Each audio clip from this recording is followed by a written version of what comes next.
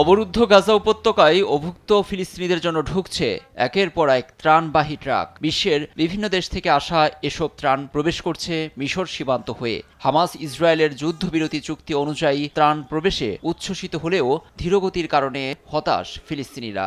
বাজারে দেখা গেছে ক্রেতা বিক্রেতার চাপ। আগের চেয়ে ত্রাণ সহায়তার পরিধি বেড়েছে, তবে আমরা যেমনটা আশা করেছিলাম তেমন না। সংশ্লিষ্টরা আশ্বস্ত করেছে সংকট দ্রুত কাটবে। ত্রাণ বিতরণে এখন পর্যন্ত ধীর গতি লক্ষ্য করছি আমরা। তারপরও সৃষ্টিকর্তার প্রতি কৃতজ্ঞ যে সহায়তা অব্যাহত আছে।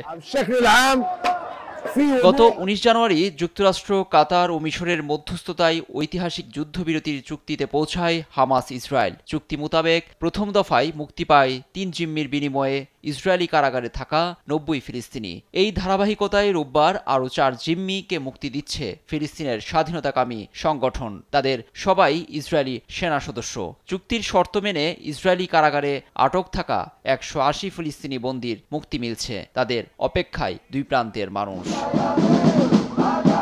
তবে চুক্তির শর্তে দুর্বলতার কথা বলে বিক্ষোভে নেমেছে খোদ ইসরায়েলের জনগণ। শুক্রবার তেল আবিবের গুরুত্বপূর্ণ মহাসড়ক অবরুদ্ধ করে তারা জানায়, শুধু 34 জিম্মিকেই মুক্তি দিলে হবে না, মৃতদের তালিকাও প্রকাশ করতে হবে।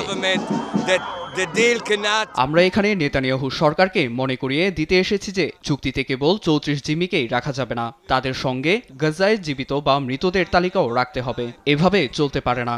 আমাদের হাতে এটি শেষ সুযোগ। এই চুক্তি কোনো অবস্থাতেই ভেস্তে দিতে পারি না। 2 শতাধিক জিম্মি হামাসের হাতে বন্দী ছিল। ইসরায়েলি বোমার আঘাতে তাদের অনেকেই মারা গেছেন। ধারণা করা হচ্ছে 90 জনের মতো এখনও উপত্যকায় আছে। লুৎফর কবির, নিউজ ডেস্ক, দেশ টিভি।